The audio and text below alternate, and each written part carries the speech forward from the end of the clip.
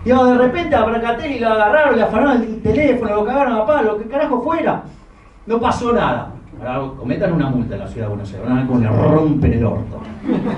Hay de todo tipo de control, de todo. Todo lo que tiene, digamos, adquieren un ejemplo bárbaro. Caso de Uber. Miren cómo la reta desplegó todo el aparato represivo del Estado. No hay duda, no hay duda. Digo, cuando ustedes le tocan la plata al político, ahí se acabó la joda. Porque es de lo que, desde donde comen. Por eso, digamos, o sea, les encantan tanto los países nórdicos. Y ven esa presión fiscal y se masturban.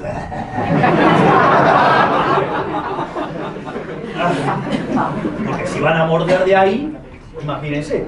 Entonces, el primer punto clave es la propiedad privada y los mercados libres. O sea, los mercados libres es que no esté el gobierno interfiriendo ni con controles de precios, ni con controles de cantidades, ni con controles de licencia. Digo, qué sé yo, digo, a mí me tocó lidiar ahora el otro día con una pelotuda que se llama Paola Espatola o algo así, no sé, digamos, o sea, claro que defendió, no, yo soy partidario del Estado presente. Una estúpida.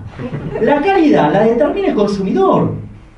Porque ella digo, no, porque vas a matar gente. No, boludo, mira, primero que digamos, o sea, primero que me cuide el Estado es bastante, digo, qué sé yo, el Estado me cuidó en Cromañón. Miren todas las vidas que se llevó.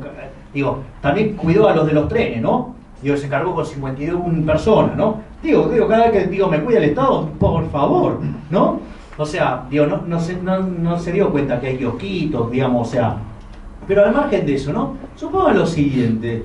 Dice, no, porque la gente se va a morir. Bueno, a ver, vamos a poner estos términos. Si pone, digamos, tantos controles, tantas cosas, digo, el producto ese va a ser mucho más caro. Con lo cual va a haber gente que no va a poder consumirlo. En cambio, entonces, digo, inexorablemente se va a encontrar frente a la probabilidad, a ver, si yo no sé un carajo, digo, uno me puede vender algo podrido y el otro no, pero la probabilidad es 50 y 50. Digo, en el caso de ella, digo, ya decidió matarme por una regulación. Porque yo no puedo comer. O sea, lo hizo tan costoso, no puedo comer. Con lo cual no me queda otra, ¿sí? Porque ¿qué es lo que determina el valor? Las preferencias y la escasez. Entonces, digamos, si ustedes pueden tener productos, digo, sí, super premium, que esto y el otro, digo, y si no lo consume nadie, se van a la quiebra. Es decir, la calidad le decide el consumidor, comprando a quien le compra. Y de hecho, fíjense que, digamos, ¿por qué los controles de calidad no podrían ser privados? Y aparte, fíjense algo, digamos, ustedes van, comen algo que está podrido y, bueno, a ese no le compran más. Ese tipo va a la quiebra. ¿Sí? Y si tiene valor, digamos, el control de calidad, va a haber una agencia privada que lo va a dar. Y va a haber alguien, digamos, que le va a interesar, digamos, que eso sea validado. Pero claro, la mente enferma, ¿sí?, del estatista, es decir, cuando no le gusta cuando fracasa intelectualmente en la solución, busca la solución de violencia. La solución de violencia es el Estado. Es decir, con lo cual, digamos, estamos frente al caso de un subnormal que no puede hacer un razonamiento correcto. Entonces, digo, hay que tener ese tipo de luchas en estas situaciones. Ahora, digo, los mercados libres, entonces que no joda, que no se meta en el medio del gobierno, que, digamos, que no esté dañando los intercambios voluntarios. Ahora, ustedes solamente van a poder ir a hacer intercambios voluntarios, van a poder hacer esos intercambios, en tanto y en cuanto los productos que llevan al mercado, ¿de quién son? Son de ustedes. Porque si ustedes no tienen, a ver, yo no le puedo vender este teléfono a Pablo si este teléfono no fuera mío. ¿Por qué yo le puedo cambiar este teléfono a Pablo, no sé, por, digamos, una botella de agua, por decirlo de alguna manera? Porque es mío. ¿Y por qué él es el dueño de la botella? O sea, sin propiedad privada, ¿qué van a intercambiar? No pueden intercambiar nada. Por eso, digamos, cuando ustedes no tienen propiedad privada, los intercambios que pueden hacer, digamos, son abstracciones. Eso era lo que pasaba en el comunismo. Hacían simulaciones de transacciones, de precios, toda una burdez. Si ustedes no son el dueño de esto, digamos, o sea, ¿cómo van a ponerle un precio a esto? ¿Qué transacción voy a hacer con Pablo si esto no es mío? Digo, bueno, qué sé yo, más o menos, no sé, veo. Digo, entonces, claro, no se puede hacer cálculo económico, porque los precios esos que aparecen ahí son cualquier cosa menos un precio. Es decir, sin propiedad privada no hay chance de calcular precios. Por ende, no hay chance de hacer cálculo económico. Por ende, se derrumba el sistema. Entonces, digamos, los mercados libres y la propiedad privada van de la mano. Es decir, ustedes no pueden llevar a cabo los intercambios si no son dueños de los productos que llevan al mercado. Y si en el mercado está metido el gobierno, bueno, obvio, digo, siempre que haya un problema, siempre que vean algo que funciona mal, les propongo que lo primero que vayan a mirar es si está el Estado. Porque seguro que está el Estado. Y si no está el Estado, vuelvan a pensar porque entonces están pensando mal el problema. El tercer punto es el concepto de competencia. Acá, digamos, los que hacemos más cagada de todos, ¿saben quiénes somos? Los economistas. Con esa idea estúpida de la competencia perfecta. La competencia perfecta en realidad surge de una cuestión de índole matemática, que no viene al caso ahora.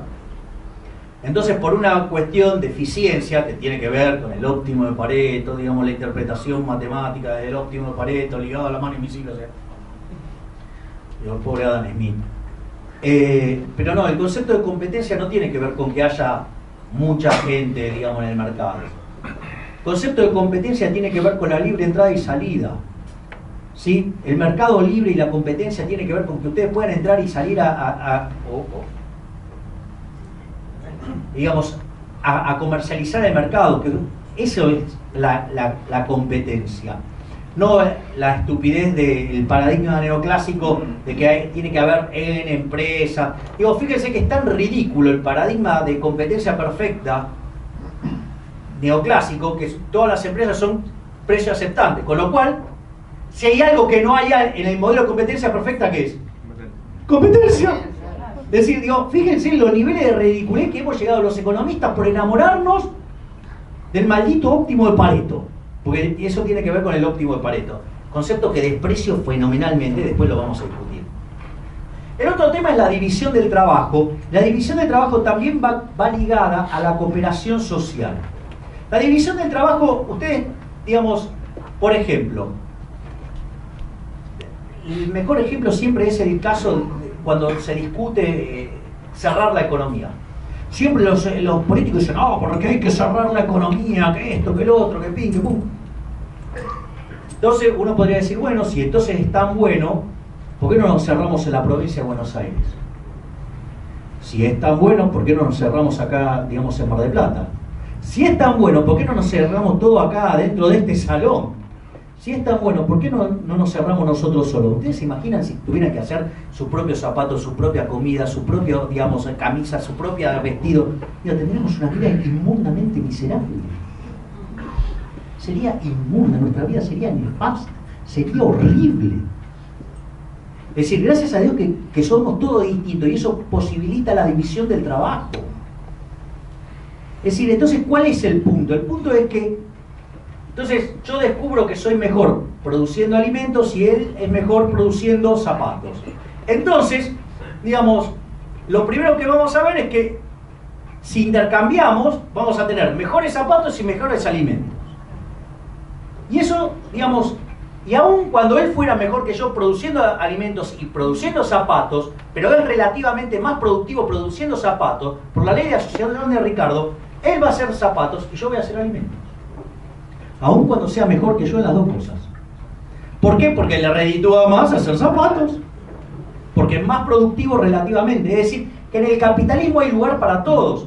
Y además, digamos, por más que él sea mejor en todo, él le conviene interactuar conmigo.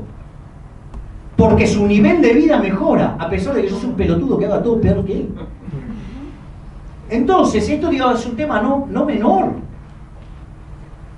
Porque la división del trabajo fomenta la cooperación social. Es decir, ¿alguna vez escucharon la pelotudez esa? No, porque la teoría de verdad. Digamos, el pelotudo de Arana se lo llevó puesto en el programa de Novarecio al ministro de Economía. Dijo, no, porque la teoría del derrame. O sea, y el otro ni siquiera pudo contestar. O sea, boludo, no hay teoría del derrame. Eso es lo que se llama un muñeco de paja, el hombre de paja, ¿sí? Es un invento de los socialistas para denostar al capitalismo. Que en realidad es una estupidez. ¿Por qué? Porque el eje central es que los intercambios son voluntarios. Es decir, el hombre descubre la división del trabajo. El hombre no es gregario porque sí. El hombre es gregario porque descubre que vive mucho mejor dividiendo el trabajo. Y cuanto mayor sea la división de trabajo, mayor la calidad de vida. Por eso aquellos países que son más abiertos son 9 veces más ricos que los que son cerrados. Digo, ¿qué se creen? ¿Que joda? No, no es joda. Es decir, el que se abre vive mejor. Digo, si no, volvamos al ejemplo, a la autarquía total. Van a ver cómo está. Entonces, ¿y qué es lo interesante de todo esto? Que ustedes se ven obligados a cooperar socialmente. Su éxito depende de servir al prójimo. Entonces, como decía Bastiat, donde entra el comercio, no entran las balas. Es decir, el capitalismo, no solo que es más productivo, sino que además lleva a la cooperación social. Lleva a una situación donde la gente se tiene que portar bien con el otro, aun cuando lo odie. Porque si mi progreso depende de las decisiones de ustedes, yo los puedo detestar, pero me las tengo que rebuscar de que ustedes estén contentos con lo que yo veo. Con lo cual promueve la paz. Digo, ¿cuál fue la estrategia de Europa para buscar la paz? Hacer el mercado común. Y funcionó. Bueno, esto lo que muestra es los derechos de propiedad y de crecimiento. Aquellos países que respetan los derechos de propiedad, les va mejor. Es decir, si hay algo que caracteriza el capitalismo es el respeto por los derechos de propiedad. ¿Sí? Es el respeto irrestricto del proyecto de vida del prójimo. Y los 3 derechos básicos, ¿cuáles son? Derecho a la vida, derecho a la libertad, el derecho a la propiedad. Entonces digo, cuanto más se respete la propiedad, mejor le va. Es decir, y esto no es un tema menor, porque la propiedad tiene que ver con que ustedes se puedan apropiar del fruto de su trabajo. Entonces, digamos, ¿dónde está, digamos? Entonces, ahora empezamos a discutir sobre la superioridad ética y moral del capitalismo. O sea, gran parte del problema, o sea, yo digamos, no creo que haya una mala intención, digamos, de la gente de izquierda, digamos, de destruir todo. Sino que tiene que ver con un problema de lo que es con el tema de la teoría del valor. O sea, ellos, digamos, siguiendo la línea clásica, adhieren a la teoría del valor trabajo. Y la realidad, la teoría del valor trabajo es como que, a ver, nosotros, digamos, vivimos todo el tiempo padeciendo una proxy de esa teoría del valor trabajo. Porque fíjense que cuando se habla, ¿no?, de la inflación, entonces sale el ejército de pelotudos y decir, no, porque la cadena de valor. Una estupidez. O sea, fíjense esto. Si ustedes pudieran sumar costos y trasladarlo al precio, sería un mundo súper feliz. No habría quiebras. Ahora, ¿alguien me puede decir cuál es el rol del consumidor ahí? Ninguno. O sea, suman costos y ustedes lo pueden ubicar. Entonces, digo, yo suelo dar este ejemplo, ¿no? Digo, supongamos que yo estoy en un lugar y descubro que no hay vino.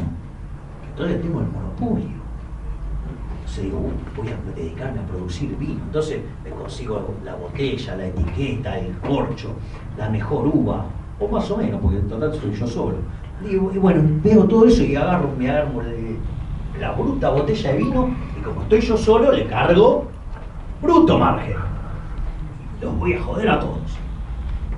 Vivo en una sociedad de abstemios. ¿Cuánto vale esa botella de vino? ¿Dónde me la puedo meter? Ok, piénselo nada más. Entonces, digo, quiere decir, entonces, digamos, la teoría que tiene que ver con la teoría subjetiva del valor. Las cosas valen por las preferencias y la escasez. Porque digo, el bien puede ser muy importante, muy deseable, todo lo que quiera, ¿sí? Pero digo, está súper abundante, el precio termina siendo 0. ¿Sí? Ahora digo, pues el bien puede ser muy escaso, pero no lo quiere nadie, no vale nada. Entonces, lo que determina el valor son las preferencias y la escasez. Eso es lo que determina el valor. Es más, de vuelta, en el mundo de la teoría del valor trabajo no hay quiebras, lo cual es una estupidez del tamaño de una casa. Porque a ustedes les baja el martillo, el consumidor, no les consume y se van a la quiebra. El que determina quién es el dueño del capital es el consumidor. ¿Cuándo? Cuando decide a quién le compra y a quién no. Es decir, es el consumidor el que... Ustedes pueden tener máquinas pero no quiere decir que eso es tener capital. Esto es cuando el estúpido de Piketty dice, no, porque la hija de Peugeot, digamos, muy desigual, y que esto y lo otro. Peugeot hace 3 modelos malos y va a la quiebra. Es decir, nadie puede sobrevivir en el capitalismo si no es sirviendo al prójimo con un bien de mejor calidad a un mejor precio. Y eso nos lleva, digamos, a la cuestión de la remuneración de los factores, ¿sí? La remuneración de los factores, cuando uno va a un libro de microeconomía, dice, bueno, ¿cuánto es, vamos al caso del trabajo, la remuneración del trabajo? La remuneración del trabajo es el valor del producto marginal del trabajo.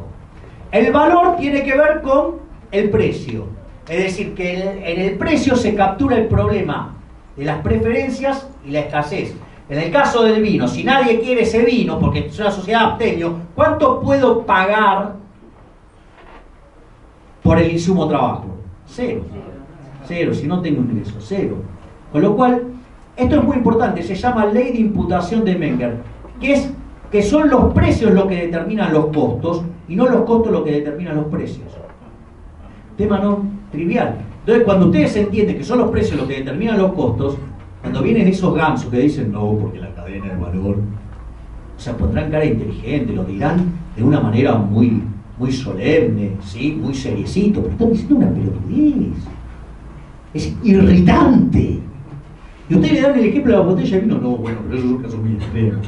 O sea, digo, siempre tiene una respuesta pelotuda, digamos, que no, digo, o sea, es como cuando usted le dice, no, bueno, a ver, tiene el caso de Estados Unidos, ah, no, bueno, pero ese es muy grande. Bueno, tiene el caso de Suiza, no, pero ese es muy chico, o sea, digo, che, no hay nada, una cosa que te venga bien, ¿no?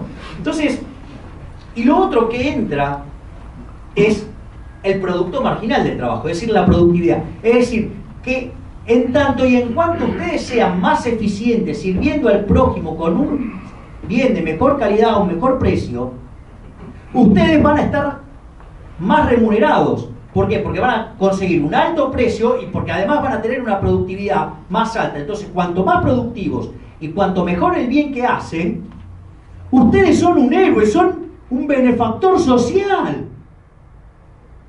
¿Sí? Y en este país colectivista los quieren castigar. Es decir, porque no entienden la lógica de la distribución. Es decir, ustedes no pueden ser exitosos en el capitalismo si no logran servir al prójimo con un bien de mejor calidad o mejor precio, siendo más productivos. Cuando ustedes entienden eso, se acabó la historia. ¿Sí? Entonces yo digo, por ejemplo, vamos a hacer un caso, porque además los intercambios son voluntarios. Y cuando los intercambios son voluntarios, no hay derrame. ¿Qué derrame? Ganan los dos. ¿Qué es esa pelotudez del derrame? ¿O acaso ustedes creen que Bill Gates es un derrame de IBM? ¿O Steve Jobs es un derrame de IBM? ¿A quién se le ocurrió semejante pelotudez? O sea, no tiene sentido. Es decir, entonces es servir al prójimo con un bien de calidad o mejor precio. Productividad. Eso es lo que, digamos, genera riqueza. Entonces, digo, fíjense esto de la distribución del ingreso, ¿no? Digo, y el valor de los intercambios voluntarios. Vamos a ponerlo así más divertido. Entonces, supongamos que vivimos en España y sucede que hay un peticito que juega al fútbol, que la rompe toda, se llama Messi. ¿Sí? Y todos se dan cuenta que si lo tienen a Messi, van a ganar siempre y van a ganar todo. Entonces, ¿qué es lo que va a pasar? Todos van a querer comprar a Messi, ¿sí o no? ¿Y Messi qué va a descubrir? Que podría cobrar más, ¿no? Entonces, dice, bueno, digamos, yo estoy dispuesto a jugar en aquel que me dé la mitad de la recaudación. Entonces, ¿para quién va a jugar? Va a jugar solamente en aquel equipo que los hinchas estén dispuestos a pagar el doble por las entradas. ¿Sí o no? Entonces, digamos, los únicos locos que están fascinados como para pagar eso, ¿quiénes son? Los catalanes. Entonces arranca el campeonato. Arranca el campeonato, el Barcelona le pega un baile a todos, los hace de goma a todos, los llena de goles a todos. O sea, con lo cual, digamos, terminan saliendo campeones. O sea, van todos los hinchas del Barcelona a festejar a Madrid, se les cagan de la risa, se pasan la camiseta del Real por el traste, digamos, hacen cualquier cosa, le hacen un desastre y siguen festejando y se agarran una mamúa de novela. Cuando ustedes miran el resultado de todo eso, miran la distribución del ingreso y tienen Messi, ultra multimillonario. Después, ¿quiénes vienen? Los dirigentes y los jugadores del Barcelona. Después vienen todos los españoles menos los catalanes. Y en último lugar, ¿quiénes vienen? Los catalanes. Pregunta. Cuando viene después me dicen, no, pero mirá la distribución del ingreso, la desigual que es, mirá lo que gana Messi, mirá lo que ganan los catalanes. Entonces hay que redistribuir el ingreso. ¿Por qué no te vas a la concha? ¿Qué tiene de injusto eso? Si todo, a ver, todos los intercambios fueron voluntarios. Cada uno de ellos logró lo que quería. Es más, miren, ¿qué hubiera pasado si además encima de Barcelona no salía campeón? Hubiera sido una tragedia. Cosa que puede pasar. Porque digo, también la suerte tiene un rol. Y más en el fútbol. ¿Sí? Entonces, digo, ¿qué tiene de injusto esa sociedad? Si cada uno de los que están ahí recibieron lo que querían. No tiene nada de injusto. Es decir, cada uno consiguió lo que quería. Es decir, ¿por qué no buscan la forma de medir la satisfacción de los catalanes de haber ganado? Seguramente las cosas ahí estarían muchísimo más equilibradas, pero anda a medir la satisfacción de los catalanes, digamos, matándoles, jodiendo a los madrileños en propio Madrid. Entonces, eso sí, cuando ustedes metan la mano ahí adentro, seguro que va a afectar a los incentivos. ¿No? O sea, porque cada vez que el Estado mete la mano y empieza a tocar y a sacar, digo, al margen, además vieron que el Estado tiene las manos porosas. ¿Sí? Lo que agarra con una mano tiene que llegar a la otra, pero como es porosa, en el medio se pierde. En Argentina se pierde mucho, son muy porosas las manos de los políticos. Pero digo, es un lugar, es algo que pasa en todos lados, no se hagan problema. O sea, en algunos lugares pasa más, en otros pasa menos, en función de lo que tienen de calidad de justicia. Ahora vamos a otra sociedad. Supongamos que me tomo un colectivo, ¿sí? Con mi amiga Cristina. Entonces me subo al colectivo con mi amiga Cristina, no sé por qué se ríe, se llama Cristina Elizabeth. Entonces, digamos, me subo al colectivo con Cristina, nos sentamos al fondo, ella se sienta a mi izquierda. No sé por qué se ríe, me siento estigmatizado. Entonces, sucede que hay un señor, digamos, que sube con los bolsillos repletos de dinero, le están por estallar los bolsillos. Entonces a Cristina eso le produce una rabia enorme, porque dice, mirá que desigual todo el dinero que él tiene en los bolsillos y todos acá somos todos unos secos. Entonces va, agarra el palo, que vieron que los colectivos tienen como un palo muy parecido al de béisbol, que es para golpear las ruedas. Entonces agarra ese bate, lo agarra el tipo, lo encara y le dice, o me das la plata o te rompo la cabeza y un batazo.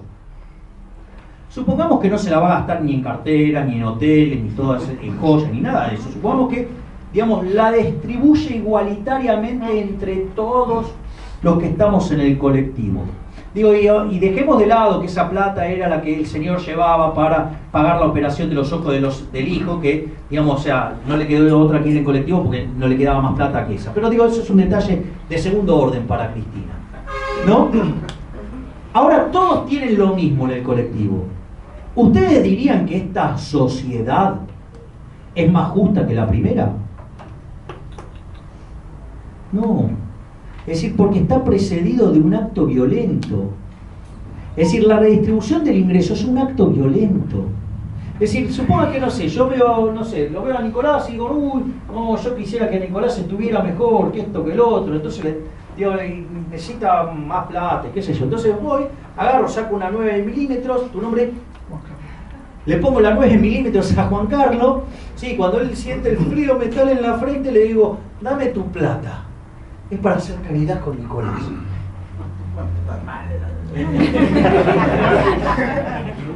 Es decir, con lo cual, digo, ustedes puédanlo como quieran, digo, pero a Juan Carlos le queda claro que lo estoy afanando. Digo, a mí me pasó esto el otro día, digamos, discutiendo con el pelotudo de Prat Guy.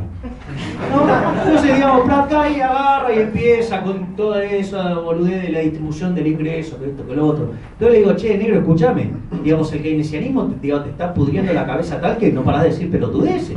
O sea, con este tema de la distribución del ingreso. Entonces me contesta, mirá, Javier, ¿se tiene o no se tiene sensibilidad social? Entonces yo dije, mirá qué interesante, vos tenés mucha sensibilidad social con el bolsillo ajeno. Yo voy a creer en tu sensibilidad social cuando pongas todos tus bienes a disposición de los más vulnerables y hasta tu ingreso. Ahí ese día te voy a creer. Clic, clic, clic, clic. Hace como 2 meses que estoy esperando, un mes que estoy esperando que me conteste. Lo mismo decía Aníbal Fernández. Claro. Por eso, digamos, con el bolsillo ajeno son todos generosos. O sea, digo, el punto es, o sea, digamos, ¿cuál es el órgano más sensible del ser humano? El bolsillo. O sea, con la pena son todos bárbaros. Entonces, bueno, esto no lo podemos asociar con esto. Entonces, vamos ahora a tratar de lleno el problema de la desigualdad. Entonces, digo, ¿por qué? Porque el señor, digamos, Piketty dice, no, esto está cada vez peor, hay más desigualdad, más esto, más el otro. Bueno, a ver qué dicen los datos, ¿no? O sea, cuanto más empinada es la distribución, ¿sí? Que esto es lo que yo les describía, digamos, la moda a la izquierda de la media. Cuanto más empinada es, o más alomada, no sé cómo quieran decirle, más desigual es la sociedad en términos de la distribución del ingreso. Fíjense que en esos términos el mundo era muchísimo más desigual en los 60. Los que están atrás pueden venirse más adelante porque hay lugares. Hay un poco más de espacio para estar más cómodo que estar más atrás. Entonces, fíjense que la distribución del ingreso en los 80 se hizo más igualitaria. Y en los 2000 se hizo más igualitaria de nuevo. Y cuando ustedes miran el coeficiente de Gini, no para de caer. Entonces la primera pregunta es, ¿en qué está pensando Piketty cuando habla de los números que habla? ¿No? Porque digo, los datos no dicen lo que dicen Piketty. En realidad, lo que pasa es que Piketty es un tramposo. Entonces, hay un indicador que se llama indicador raulsiano, que mira cómo está el decil más alto contra el decil más pobre. ¿Sí? Bueno, el señor Piketty, él usa un raulsiano rengo. ¿Por qué? ¿Qué pasa? Primero que usa una definición muy ad hoc de capital. O sea, él, en lugar de tomar la definición de capital tradicional, él la amplía, pero por ejemplo, mete las propiedades, pero no mete el auto, no mete los electrodomésticos.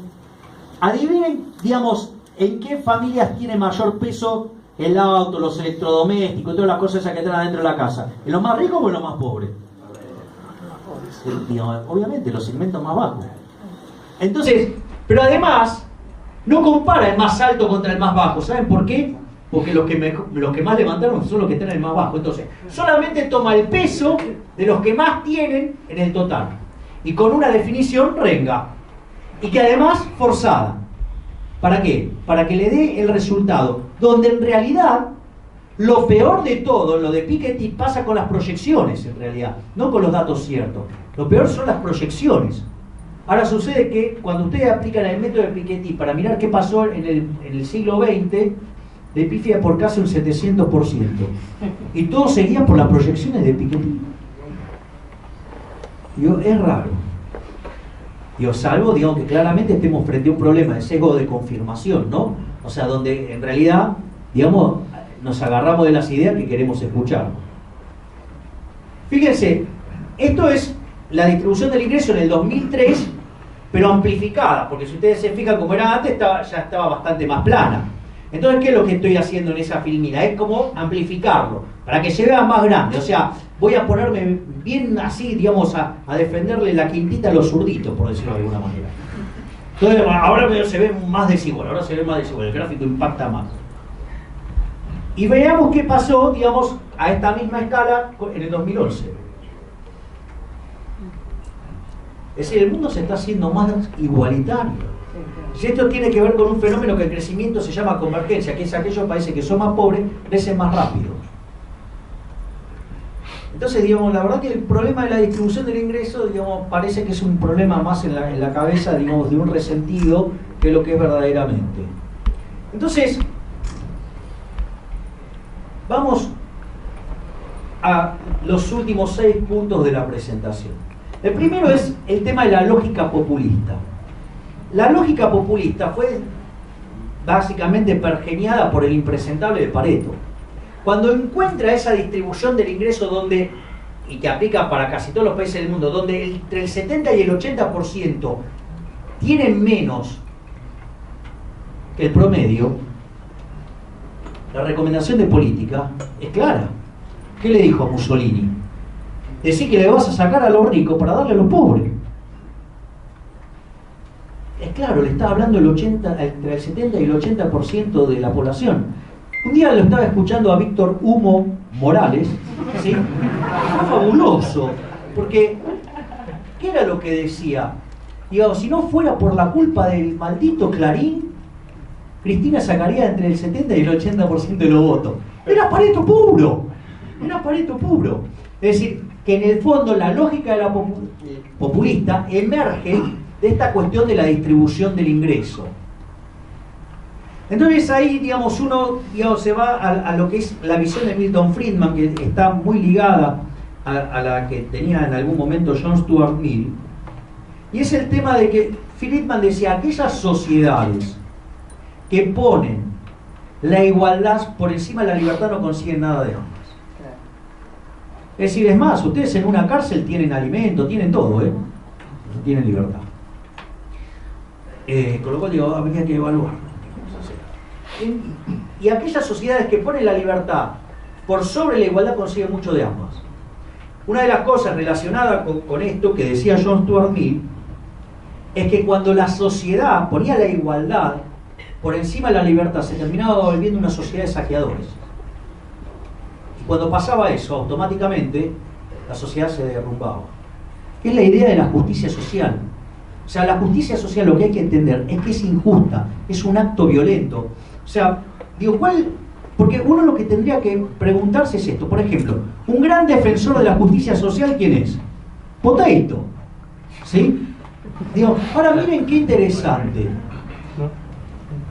La distribución del ingreso, o sea, ¿cuál es uno de los grandes logros del capitalismo? Es darle el mismo el trato a todos frente a la ley. O sea, somos todos iguales frente a la ley. ¿Hay alguien que esté en contra de que todos seamos iguales frente a la ley? Bueno, digo, la redistribución del ingreso significa castigar al exitoso. Es decir, aquel que logró servir al prójimo con un bien de mejor calidad, digo, que es un benefactor social, a ese lo vamos a castigar. ¿No? Entonces, digamos, y además, lo otro que hay que entender, que la redistribución del ingreso es un acto violento. Primero, ¿cómo se hace? Mediante los impuestos. Los impuestos es un acto violento. El origen de la palabra viene de cuando, digamos, un imperio conquistaba a otro. ¿Y qué hacía? Le cobraba impuestos. O sea, que es una forma de esclavitud. Entonces, digamos, por ejemplo, para ver la esencia saqueadora del Estado, supongan lo siguiente. Viene el vecino y les dice, dame el 50% de tus ingresos. Lo primero que van a hacer es que lo van a sacar a patada en el culo, ¿no? Ahora viene al otro día con un papel firmado por él, y le dice, dame el 50% de los ingresos porque lo hice acá en este papel. Y está firmado. Y usted le va a decir, ¿por quién? ¿Por mí? ¿Qué van a hacer? Lo van a sacar de vuelta para darse en el culo. Al otro día redobla la apuesta y viene con el matón del barrio armado. Le dice que ahora que el 50% de sus ingresos es de él. Pero ahora se lo dan. O sea, pónganle el nombre que quieran, pero es un robo. Es decir, es un robo. El cobro de impuestos es un robo. Es decir, nada bueno puede salir de algo que es un robo. Entonces, el punto es que además, la diferencia entre el político y el ladrón vulgar, me quedo con el ladrón vulgar, porque es ética y moralmente superior al político. ¿Por qué? Porque en realidad da la cara, va de frente, toma riesgos, ¿sí? Toma riesgos. No como esas personas que hablan de tomar riesgo, pero tienen, digo, la vaca atada de la recaudación, ¿no? Y cobra impuestos compulsivos. O sea, le propondría a esa dirigente que no se ponga, que haga la recaudación voluntaria, a ver cuánto junta. A ver si puede regalar chancletas y esas cosas. Pero digo, al margen de eso, a lo que voy es lo siguiente. En cambio el político, porque el ladrón vulgar, digamos, es ocasional, digamos, o sea, digamos, ahora el político me roba todos los días, todos los días. Digo, compro este agua, el 50% es impuestos. Entonces, digo, lo que hay que entender es que la redistribución del ingreso, digamos, es un acto violento y es un robo. Y además castiga al exitoso. Entonces, no, bueno, pero en realidad es en favor de los pobres. Mentira. ¿Por qué? Porque cuando ustedes castigan al exitoso, una de las cosas que pasa es que primero que aquel que produce, digo, tiene menos incentivos, porque si ustedes, digamos, lo castigan por servir al prójimo, ¿qué va a hacer? Menos, obvio. Con lo cual, digamos, aún así ya, digamos, está peor. Pero además los impuestos progresivos, supongan el impuesto progresivo perfecto. Una de las cosas que va a pasar con el impuesto progresivo perfecto es que no se va a mover nunca, se aborta la movilidad social ascendente. Porque es que cada vez que ustedes se van ganando más, se lo van sacando, con lo cual se abortó la movilidad social ascendente.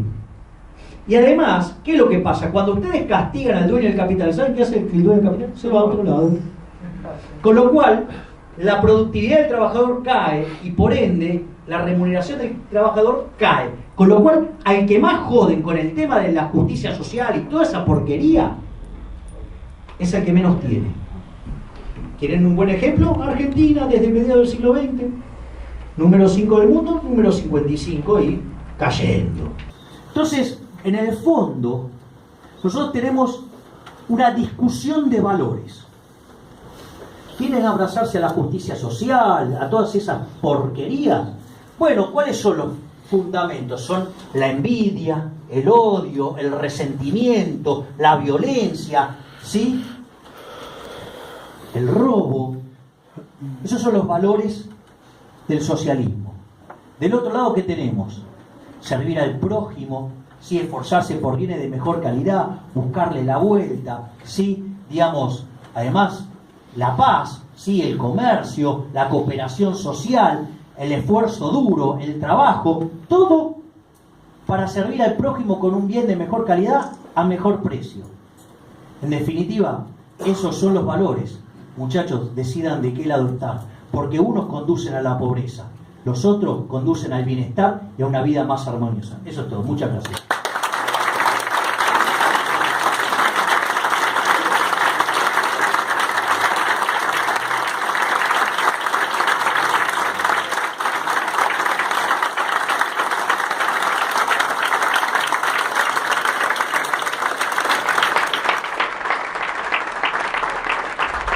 O criticarse o autocriticarse vendría a ser.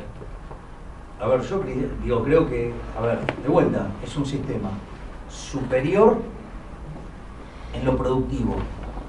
Es el único sistema que además es justo y es superior estéticamente.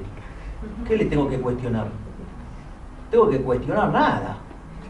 Es decir, digamos, si lo único que trajo fue prosperidad, trajo felicidad, trajo satisfacción, o sea, promueve la cooperación social, la hermandad de la gente, procura, digamos, que cada uno pueda progresar en base a servir al prójimo.